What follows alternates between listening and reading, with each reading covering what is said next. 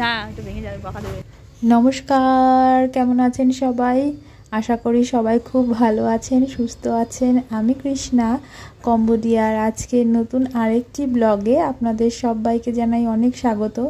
এই তো এখন সকাল 6:30টার মতো বাজে, আর ওমের গাড়ি আসবে ওই 7:10-এর মতো। তো ওকে এখন আগে ডাকবো, রেডি করব, তারপরে অন্য কিছু দাঁড়ান দেখাই। টিফিনে আজকে কি দিয়েছি। আজকে ওকে দিয়েছি একটু ভুট্টা সেদ্ধ, একটা কুকিজ আর অল্প কটা কাজু বাদাম। তো এই যে ও এখন যাচ্ছে নিচে ওর বাবার সাথে, আর আমরা নিচে গিয়ে গাড়ির জন্য অপেক্ষা করব। গাড়ি তো ভেতরেও ঢোকে, আর আমাদের যদি ইচ্ছে হয় তাহলে আমরা বাইরে গিয়েও অনেক সময় দাঁড়াই। তো আজকে যেহেতু ও রেডি হয়ে গেছে, আর এই যে তাহলে এখন আমরা বাইরেই গিয়ে দাঁড়াবো। আর অনেক সময় রেডি হতে থাকে আর গাড়ি আসে, তো আমরা ওপর থেকেই দেখি।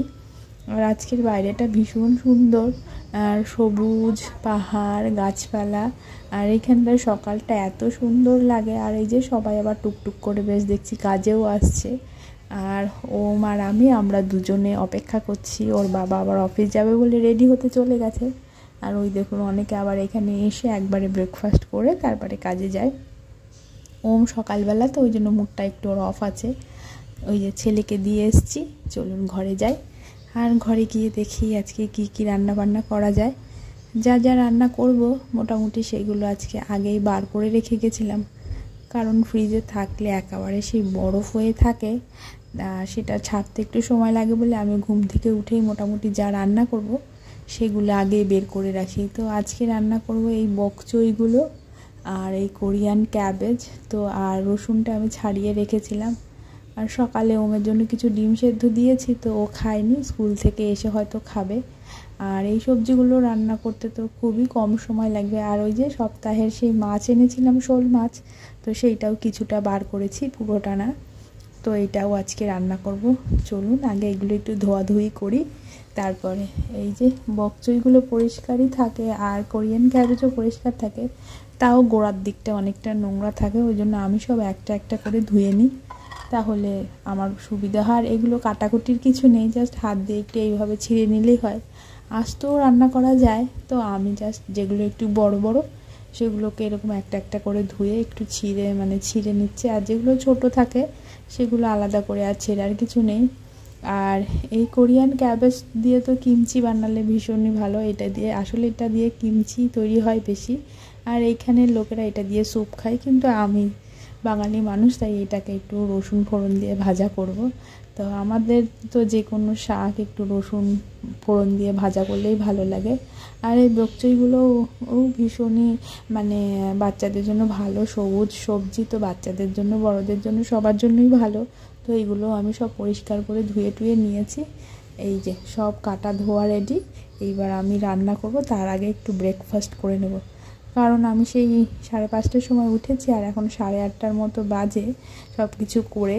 তো আমার খিদে পেয়ে গেছে। আর ওর বাবা ওই 8টা নাগাদ বেরোয়, আর ছেলে বেরোয় 7:10, 7:15, গাড়ি যেই রকম আসে। তো ওরা সব খেয়ে টেয়ে বেরিয়ে গেছে, আর আমি সব একবারে রান্নার জোগাড় প্রত্যেক দিনই আগে করে নিই, দিয়ে তারপরে ব্রেকফাস্ট করতে বসি। আর এখানে যেহেতু আমটা এমনিই পাচ্ছি, ওই জন্য আমি ব্রেকফাস্টে আমরা সবাই মোটামুটি ফল হিসেবে আমটা তো আমাদের কমন থাকে। তো যতদিন সিজন আছে মোটামুটি আমটা খাবো। আর একটা জিনিস ভীষণ ভালো যে আমরা আম তিনজনই ভীষণই ভালো খাই। আর তার সাথে একটু অ্যাপেল দিয়ে এইবার ওই ওটস খেয়ে নেব। ওটসটাই আমি সকালবেলায় খেতে বেশি পছন্দ করি, কারণ এটা সহজে হয়ে যায়, কোনো আলাদা করে রান্না করার কোনো ঝামেলা বা কিছু নেই। জাস্ট একটু ফ্রুট কেটে ওর সাথে একটু লিকুইড ইয়োগার্ট মিশিয়ে নিই, ব্যাস তাহলেই হলো। দুধ দিয়েও খাওয়া যায়, কিন্তু আমি গিয়ে লিকুইড ইয়োগার্ট আছে একটা, তো আমি ওইটা দিয়েই খাই। আমার ওটাতে একটু ভালো লাগে, একটু সামান্য টক টক, খুব বেশি টক না, জাস্ট একটু সামান্য টক টক ফ্লেভার আসে।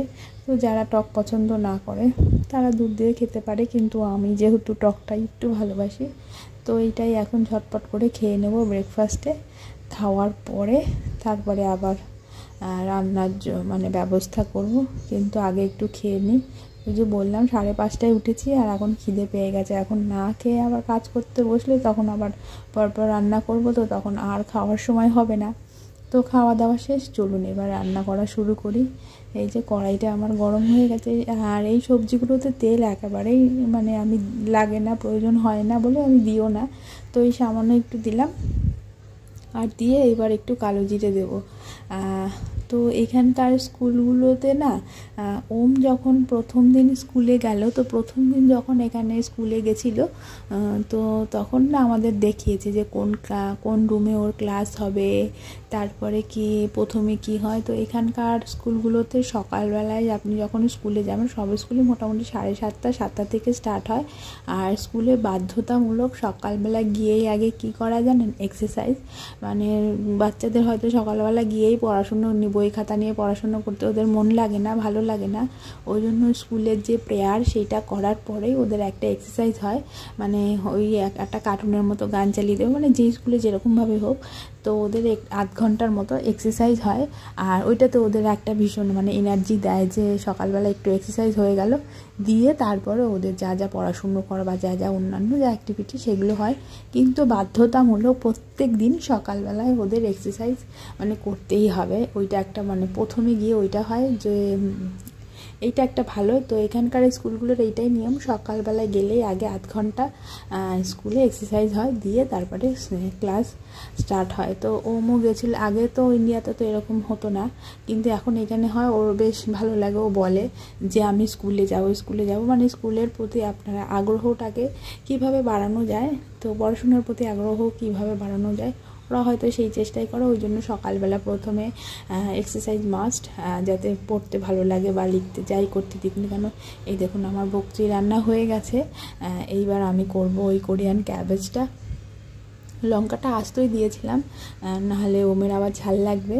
তো এই যে কোরিয়ান ক্যাবেজটাও রান্না করব। একটুখানি আগেরটায় কালো জিরে ফোড়ন দিয়েছিলাম, আর এটা একটুখানি জিরে ফোড়ন দেব, দিয়ে আমি রান্না করব। এইখানকার লোকেরা যদিও ফোড়ন জিরে দেয় না, তবে আমি বাঙালি, আমার একটু সবজিতে মানে একটু জিরে ফোড়ন দিলে আমাদের ওই ফ্লেভারটা আমাদের আর কি ভালো লাগে।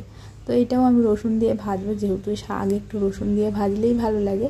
তো আমি এই যে সামান্য একটু রসুন দিয়ে এবার এটাকে একটু ভাজা হয়ে গেলে, আর বকচোয়ের থেকেও কোরিয়ান ক্যাবেজটা আরও তাড়াতাড়ি রান্না হয়ে যায়। জাস্ট একটু দিয়ে নাড়াচাড়া করে ঢেকে দিলেই একেবারে সেই নরম হয়ে যায়, লবণ দিয়ে ঢেকে দিলেই। তো এই যে সব কোরিয়ান ক্যাবেজগুলো আমি সব দিয়ে দিচ্ছি। আর দেওয়ার পরে কি করব, একটুখানি লঙ্কাগুলো দিয়ে দেবো, লঙ্কা দিয়ে তারপরে একটু লবণ দিয়ে ঢেকে দেবো। আর আমি কোনো লঙ্কায় না চিড়ে দিই না, আমাদের যদি প্রয়োজন হয় আমরা বড়রা সেটাকে মানে কামড়ে চিবিয়ে খাই, চিড়ে দিই না, তাহলে ওম খেতে পারবে না। আর আমি রান্নায় তো প্রত্যেকদিন সবজি করি ওমের খাওয়ার কথা মাথায় রেখে, যাতে ও খেতে পারে, না হলে তো সবজি ওর খাওয়া হবে না। আর আগেরটায় কোনো লবণ মানে হলুদ দিইনি, জাস্ট লবণ দিয়েছিলাম যাতে কালারটা গ্রিনই থাকে। আর এটা জাস্ট একটু হলদে বলে এটা একটুখানি হলুদ দিলাম, দিয়ে এই দেখুন নাড়াচাড়া করেছি, আর একেবারে সেই লেগে গেছে। এটা ভীষণ তাড়াতাড়ি নরম হয়ে যায় আর ভীষণ তাড়াতাড়ি রান্নাও হয়ে যায়। তো এই সবজিটাও আমার হয়ে গেছে। আর এদিকে না রান্না করতে আবার আমার ছেলের আসার সময়ও হয়ে যায়, ওর ওই 10:30 সময় ছুটি হয়, আর 11:15 মধ্যেও চলে আসে। আর আপনাদের দাদা তো ওই 12টা 12:30 সময় টিফিন 12:30 হয়, তো ও আস্তে 12:30 করে দেয়। আর এই যে সেই শোল মাছগুলো আজকে এটা নুন হলুদ লঙ্কার গুঁড়ো সব কিছু দিয়ে একটু মশলা দিয়ে মাখিয়ে রেখেছিলাম, তো এটা আজকে ভাজা করবো। এটা ঝোল করবো না, যেহেতু অলরেডি 2টো সবজি করেছি, তো ওইটা আর ভাল লাগবে না ঝোল করলে। আর ওই জন্য আজকে, আর আপনাদের দাদা বলেছিল যে একটু শুকনো করতে মাছটা। তো আর এখানে তো ভীষণ ভালো গন্ধরাজ লেবুর মতো পাতাগুলো পাওয়া যায়, আর এত সুন্দর গন্ধ যাতেই দেবেন না কেন ভীষণ সুন্দর গন্ধ পায়। সব থেকে ভালো হচ্ছে এই লেবুর পাতাগুলো একটু তেতো হয় না, মানে রান্নায় দেওয়ার জন্যই হয়তো এই পাতাগুলো। তো এই মাছ ভাজার সাথে এই পাতাগুলোও দিয়ে দিলাম, ভীষণ গন্ধ বেরোয়। পাতাগুলো একদম মুচমুচে ভাজা হয়ে গেছে, আর মাছটাও একদম আমি লাল করে ভেজেছি। ব্যাস, এই যে আমার মাছ ভাজা হয়ে গেছে। এবার আমি এই কড়াইতেই একটুখানি পেঁয়াজ কেটে রেখেছিলাম আর একটুখানি আদা কুচিয়ে রেখেছি, তো সেই পেঁয়াজ আর আদাটা আমি একটুখানি নাড়াচাড়া করে বেশ লাল করে ভেজে মাছের ওপর দিয়ে দেবো। ওই যে মাছের কড়াইতেই আমি ভাজবো, আর আলাদা করে কিছু দেবো না। ব্যাস, এটা একটু ভাজা হোক, ঢেকে রাখি। এদিকে না আবার শুরু হলো জোরে বৃষ্টি। মানে এইখানে একটা জিনিস প্রত্যেক দিন যবে থেকে এসছি প্রায় 1 মাস হলো এমন কোনো দিন যায়নি যে এখানে বৃষ্টি হয় না। প্রত্যেক দিনই সকাল বিকাল, সকালে না হোক দুপুরে হোক একবার করে তো বৃষ্টি হবেই, কোনো দিন আবার দুবারও হয়। আর এদিকে দেখুন আমাদের ওখানে বৃষ্টিই হচ্ছে না। মা ফোন করে বলে কি গরম, তোর ওখানে বৃষ্টি হচ্ছে আর এখানে বৃষ্টি হয় না। মাঝে মাঝে মনে হয় এই বৃষ্টিটাকে আমাদের ওখানে পাঠিয়ে দিই, তাহলে আমাদের বাড়ির লোকগুলো একটু স্বস্তি পাবে। আর এই যে ছেলেটা এখন আসবে আর এখন শুরু হলো বৃষ্টি, দেখা যাক কী হয়। তবে গাড়ি তো একেবারেই ভেতরে আসে, সেই রকম কোনো সমস্যাও হবে না, এই সাইডের নিচেই চলে আসবে। এই যে আমার ছেলে চলে এসেছে স্কুল থেকে আর ওকে খেতে দিয়েছে একটু নারকেল। তো আজকে ভিডিওটা আমি এখানেই শেষ করি। আমাদের ভিডিওগুলো যদি আপনাদের ভালো লাগে তাহলে অবশ্যই একটা কমেন্ট করে জানাবেন আর সাথে থাকবেন। তো আবার আসবো একটা নতুন ভিডিও নিয়ে। টাটা।